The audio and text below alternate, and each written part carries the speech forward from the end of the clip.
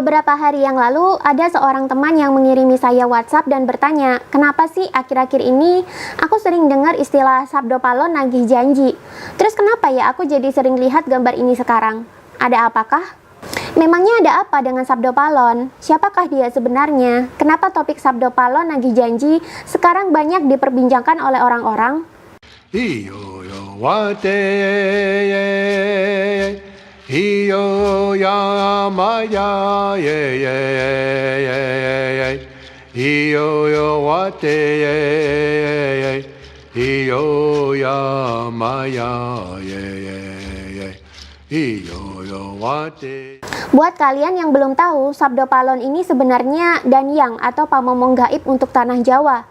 Di kepercayaan Jawa kuno, belum ada nabi atau rasul, sehingga bimbingan spiritual dan ajaran budi pekerti kerap didapat dari leluhur yang telah mendapatkan pepadang atau pencerahan, atau melalui roh-roh leluhur yang dipercaya memiliki tugas ngemong atau memberikan nasihat spiritual untuk orang-orang Jawa. Kalau kalian baca kisah kerajaan Majapahit, nama Sabdo Palon kerap dipasangkan dengan Noyo Genggong yang sama-sama bertugas menjadi pamomong juga. Selain itu, dua orang ini memang terbiasa menjadi penasihat spiritual raja-raja tanah Jawa. Jadi dua orang ini akan selalu ikut kemanapun raja berada.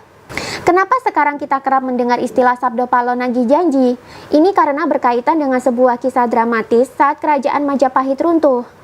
Jika kalian baca Dharma Gandul, di situ diceritakan cukup lengkap tentang tragedi runtuhnya kerajaan Majapahit, sekaligus hilangnya ajaran leluhur Jawa. Seperti apa sih ajaran yang hilang tersebut? Ajaran yang hilang di sini adalah ajaran spiritual Jawa saat itu. Ketika kerajaan Majapahit berjaya, agama Siwa Buddha menjadi agama resmi kerajaan. Agama Siwa Buddha sebenarnya adalah sinkretisme atau campuran antara ajaran Hindu dengan ajaran Buddha. Inti ajarannya adalah budi atau kesadaran jiwa atau kesadaran murni kalau istilah kekiniannya. Jika kalian baca Dharma Gandul, di situ dikisahkan ketika Prabu Brawijaya kelima bertahta, ajaran Islam mulai berkembang di tanah Jawa. Tapi sayangnya saat itu penganut ajaran Islam juga terpecah menjadi dua, yakni kaum putihan yang keras, radikal, dan intoleran. Ya, mirip kayak FPI dan HTI zaman sekarang lah. Nah, yang satunya adalah kaum abangan, yakni golongan Islam yang toleran, moderat, dan damai. Kudeta kerajaan Majapahit oleh kerajaan Demak di Dharma Gandul disebut-sebut karena pengaruh dari kaum putihan ini. Raden Patah yang anak kandung Prabu Brawijaya kelima sampai tega menyerbu kerajaan Majapahit karena beranggapan tidak apa-apa merebut kekuasaan dari seorang pemimpin yang kafir. Akibatnya kerajaan Majapahit hancur dan penduduknya yang bersikukuh tidak mau pindah ke agama Islam terpaksa melarikan diri. Salah satunya melarikan diri ke Gunung Bromo dan menjadi suku Tengger. Prabu Brawijaya kelima sendiri juga kabur hendak menuju Bali karena ingin meminta bantuan dari kerajaan Bali dan kerajaan-kerajaan lain di luar Jawa untuk menggempur balik kerajaan Demak. Tapi ini berhasil digagalkan oleh Sunan Kalijaga melalui jalan persuasif. Bahkan Prabu Brawijaya kelima akhirnya mau masuk ke dalam Islam serta memaafkan Raden Patah. Namun, ketika Prabu Brawijaya kelima mengajak Sabdo Palon dan Naya Genggong untuk masuk Islam juga, ajakannya ditolak mentah-mentah. Penolakan Sabdo Palon ini juga bukan tanpa alasan, karena melihat tragedi yang terjadi di kerajaan Majapahit, Sabdo Palon menilai banyak orang-orang Islam yang tidak menjalankan agamanya dengan baik. Yang dimaksud di sini adalah banyaknya orang Islam putihan yang menjadi intoleran dan keras, sehingga mereka rela menyakiti orang lain demi alasan penegakan agama. Bahkan kitab-kitab Siwa Buddha saat itu pun disita dari rumah-rumah warga dan dibakar. Kekecewaan Sabdo Palon ini kemudian berakhir pada perpisahan Sabdo Palon dan Noyo Genggong dengan Prabu Brawijaya kelima. Namun sebelum berpisah, Sabdo Palon sempat menuturkan beberapa hal terkait nasib tanah Jawa sepeninggalnya. Sabdo Palon berpesan bahwa ia akan pergi dan membiarkan tanah Jawa dikuasai oleh kerajaan Demak beserta penerusnya. Namun 500 tahun setelah tragedi tersebut, Sabdo Palon berjanji akan kembali ke tanah Jawa dan kembali menjadi pamomong tanah Jawa dengan menyebarkan kembali ajaran budi. Kemudian ia juga berjanji akan membuat Nusantara kembali berjaya dan seluruh dunia bakalan terpukau oleh kemilau kejayaannya. Tragedi kudeta Majapahit oleh Raden Patah terjadi pada tahun 1478. Jika dihitung 500 tahun kemudian, maka tahunnya menjadi 1978. Di tahun 1970-an juga, ajaran spiritualitas New Age dan kesadaran murni dari Barat mulai berkembang dan menyebar kemana-mana.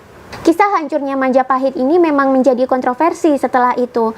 Banyak yang menyangkal kebenaran dari Dharma Gandul, tapi ada juga yang setuju dengan isi yang disampaikannya.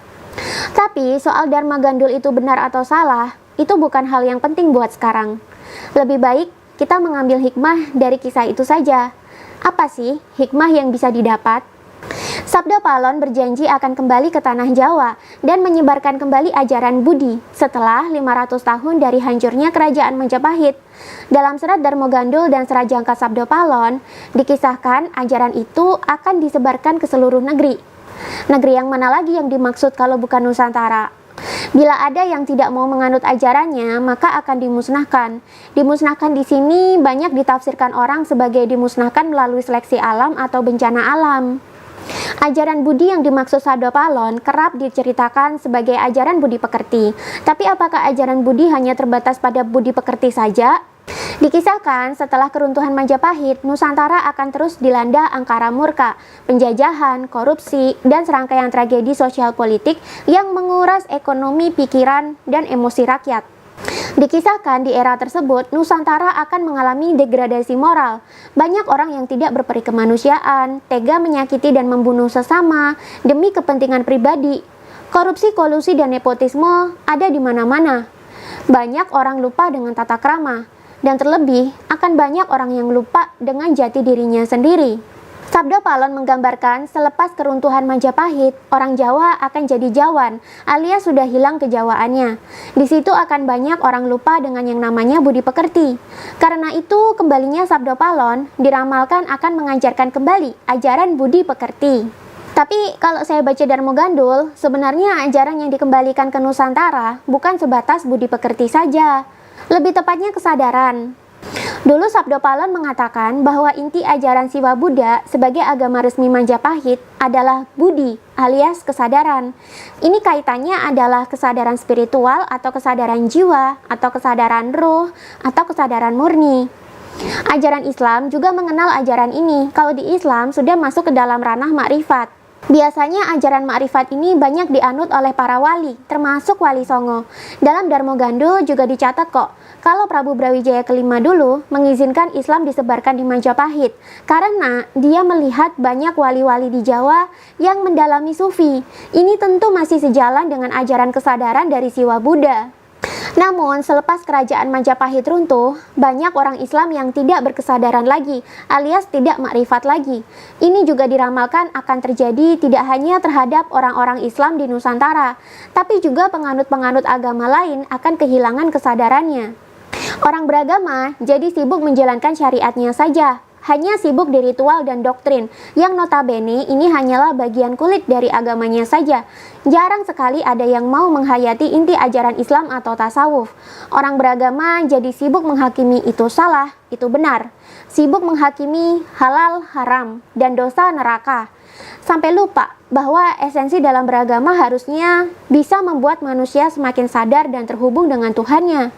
Harusnya beragama bisa membuat manusia bersatu dan terhubung dengan Tuhan atau manunggaling kawula Gusti. Tapi karena ajaran kesadaran itu semakin lama semakin tidak populer, ya manusia jadi lupa dan jauh dengan Tuhannya. Mereka lebih sibuk mengejar surga aja, sampai lupa dengan toleransi dan kebijaksanaan. Banyak orang merasa dengan menjalankan syariatnya saja, sibuk menegakkan halal haram, sibuk menghakimi dosa pahala. Mereka mengira itu bisa membuat mereka dekat dengan Tuhan dan masuk surga. Padahal itu bukanlah spiritualitas. Beragama yang benar seharusnya membuat manusia jadi paham tentang spiritualitas.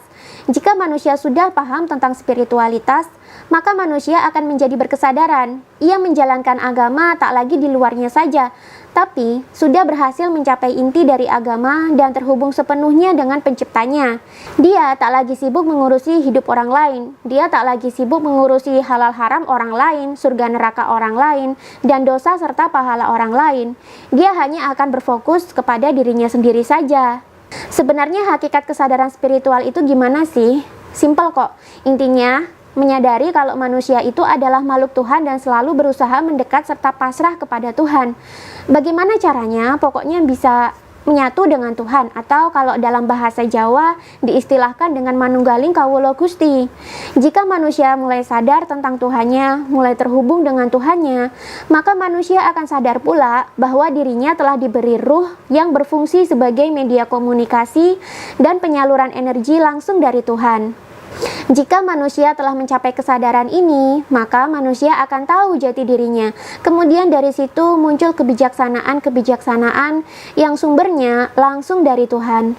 Dampaknya, manusia akan menjadi cerdas, sangat bijaksana, dan dari sinilah budi pekerti atau perbuatan baik akan muncul. Angkara murka bisa diredam, kejahatan bisa diminimalisir, dan manusia bisa hidup selaras dengan alam. Manusia tak lagi menjadi makhluk perusak, tapi di satu sisi, manusia akan kembali kepada fitrahnya, yakni menjadi khalifah atau pemimpin atau pengelola alam. Ketika manusia sudah berkesadaran murni, dia tak lagi bisa menghakimi orang lain dengan serampangan. Tak akan ada lagi yang namanya radikalisme dan fanatisme agama. Hidup akan menjadi penuh toleransi dan kedamaian. Manusianya juga cerdas-cerdas, kualitas hidup manusia juga meningkat. Apapun yang dikerjakan manusia, entah di bidang bisnis, pendidikan, maupun pemerintahan, semuanya atas dasar tuntunan Tuhan yang dibisikkan melalui ruh di dalam dirinya masing-masing. Syekh Abdul Qadir Jailani sendiri pernah menyatakan dalam bukunya yang berjudul Sirul Asrar, jika manusia sudah mencapai level kesadaran spiritual yang murni seperti ini, maka setan dan malaikat tidak bisa masuk. Hanya ada ruh manusia atau sang manusia sejati dengan Tuhan saja. Jadi, komunikasi apapun yang terjadi itu benar-benar tanpa intervensi setan atau malaikat. Dari situlah manusia akan mendapatkan tuntunan hidup dan kebijaksanaan yang sumbernya langsung dari penciptanya. Jika dunia ini banyak diisi oleh manusia-manusia yang telah berkesadaran spiritual, tentu hidup di dunia ini akan menjadi lebih selaras dan lebih baik. Manusia jadi hidup berdasarkan tuntunan hati nurani, bukan lagi atas dasar nafsu dan ego. Tapi jika alam banyak diisi oleh manusia yang tidak berkesadaran, maka manusia akan mudah dikendalikan oleh ego dan nafsunya. Jadilah kehidupan akan penuh dengan perebutan kekuasaan, perebutan sumber daya alam, hedonisme, dan banyak orang tega menyakiti serta merugikan sesamanya, cuma agar nafsu hidupnya terpenuhi. Banyak orang yang tega menjatuhkan orang lain, cuma supaya egonya diangkat dan dipenuhi.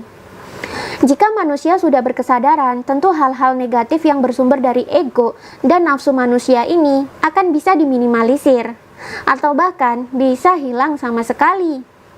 Tapi sekarang banyak manusia hidup tanpa kesadaran. Manusia bisa jadi tidak berkesadaran karena beberapa hal. Yang pertama, hidupnya tertutupi oleh ego dan nafsu. Yang kedua, karena memang sudah tidak diajarkan lagi ilmu kesadaran itu. Setelah kehancuran Majapahit, ilmu ini diramalkan akan luntur. Namun 500 tahun lagi akan diajarkan kembali oleh Sabdo Palon. Baru setelah itu Nusantara bisa berjaya kembali. Tapi yang tidak mau memeluk ajaran ini, maka Sabdo Palon juga berjanji akan menghancurkan orang-orang yang tidak mau mengamalkan ajaran ini. Kata Jawa sendiri memiliki makna yang luhur. Jawa artinya sadar. Sadar yang dimaksud di sini adalah sadar tentang hakikat manusia sebagai makhluk spiritual. Sadar tentang manunggaling kawula Gusti. Sadar bahwa dirinya telah dibekali ruh sebagai guru sejati manusia dan media komunikasi langsung dengan Tuhan. Sadar tentang esensi berketuhanan, sadar tentang fungsi masing-masing manusia di dunia, serta sadar tentang jati diri masing-masing manusia. Jika manusia sudah tahu jati dirinya, maka manusia tak lagi mudah diombang-ambing oleh segala fenomena duniawi.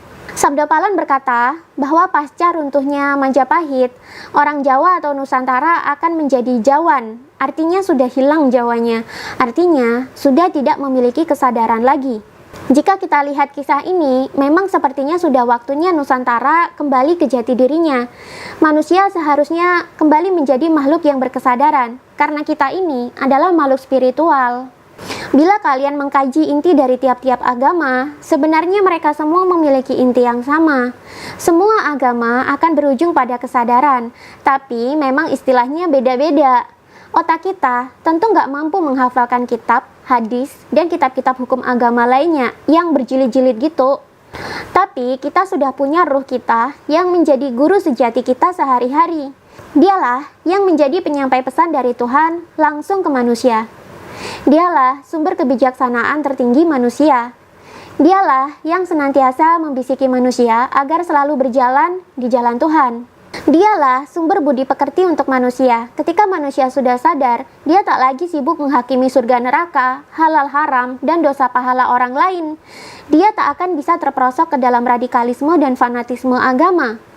Dia tak akan lagi suka mengurusi dan menghakimi hidup orang lain. Dia hanya berfokus pada dirinya sendiri aja. Hidupnya akan penuh dengan kedamaian dan toleransi. Dia jadi bisa melihat keindahan di antara perbedaan. Untuk bisa seperti ini, tugas manusia sebenarnya hanya perlu menyadarinya saja. Islam menyebut diri sejati atau ruh manusia ini sebagai roh kudsi atau manusia sejati. Kejawen menyebutnya diri sejati atau guru sejati atau sang limo pancer. Kristen menyebutnya roh kudus. Hindu menyebutnya Atman. Buddha biasanya menyebutnya Budi. Bahasa Indonesia menyebutnya nurani atau hati nurani. Sabda Palon berjanji, bila penduduk Nusantara telah kembali kepada kesadaran spiritualnya, maka Nusantara akan bisa meraih kejayaannya kembali. Lalu apakah kisah Sabda Palon lagi janji kini menjadi kenyataan? Memang sih kalian tak harus percaya tentang kisah ini, tapi bukankah kisah ini memiliki pesan yang baik? Semua orang tentu ingin hidup di dalam kedamaian, toleransi, dan keharmonisan kan? Supaya hidup yang seperti itu terwujud, maka manusia harus sadar dulu. Bila sudah kembali ke kesadaran murni kita, tentulah hidup kita akan terus mendapatkan bimbingan agar toleran, damai, dan selaras dengan semesta. Kebijakan dan kecerdasan juga akan meningkat. Dari sinilah budi pekerti akan muncul. Makanya banyak yang bilang ketika Sabda Palon nanti kembali, ajaran budi pekerti akan kembali diajarkan. Tentu saja, otomatis budi pekerti akan muncul bila manusianya sudah berkesadaran. Tapi apakah benar ajaran budi yang dibilang Sabda Palon ini sudah kembali diajarkan ke Nusantara? Kalau saya lihat sih kayaknya iya. Karena memang sekarang banyak fenomena orang-orang pada mengalami kebangkitan spiritual. Mungkin juga termasuk kamu. Kebangkitan spiritual ini maksudnya, sisi spiritual manusia mulai hidup kembali. Agama memang mengajarkan spiritualitas, tapi tidak semua manusia beragama itu juga seorang spiritualis. Manusia yang sibuk mencela orang lain dan menghakimi surga neraka, halal haram, dan dosa pahala, sudah jelas tidak memiliki spiritualitas. Ajaran agama yang dia amalkan hanya sebatas syariat dan di luarnya saja. Intinya atau spiritualnya tidak. Kalau kayak gini, hidupnya biasanya akan serba insecure, serba ketakutan akan neraka. Tapi di satu sisi juga akhirnya akan jadi mabuk agama karena pengen banget dapat surga. Alhasil biasanya malah menjadi toksik atau racun terhadap sekitarnya. Temennya nggak pakai hijab, udah didalilin katanya bakalan dibakar di neraka. Temannya beragama yang tidak sama dengan agamanya dia sudah dituduh menyembah setan atau syirik atau menyembah berhala. Ada orang masih tahlilan, diceramahi katanya itu bid'ah. Kalau kayak gini terus malah jadi bahan perdebatan dong dan bisa berujung pada perpecahan. Tapi bila manusia sudah memiliki kesadaran spiritual atau kesadaran jiwa atau sudah mencapai kesadaran murni kembali, maka dirinya tak akan lagi sibuk ngurusi hidup orang lain. Dia hanya sibuk melihat ke dalam diri saja. Dia sibuk terus memperbaiki diri, sehingga apa yang dia kerjakan benar-benar berbasis pada kebaikan dan kebijaksanaan, dan semuanya itu bersumber dari hati nuraninya, bersumber dari diri sejatinya, bersumber dari guru sejatinya. Selama beberapa tahun terakhir ini, Nusantara memang dilanda radikalisme dan fanatisme agama. Ini tentu lama-lama akan membuat banyak orang menjadi bosan dan muak. Lalu akhirnya mereka akan mencari sendiri kebenaran dari setiap agama. Mereka mulai mempertanyakan hakikat kehidupan dan hakikat beragama. Dari sinilah biasanya kesadaran manusia akan timbul. Apalagi ini juga tak terjadi hanya di Indonesia saja loh. Di Barat pun ajaran kesadaran murni mulai diminati.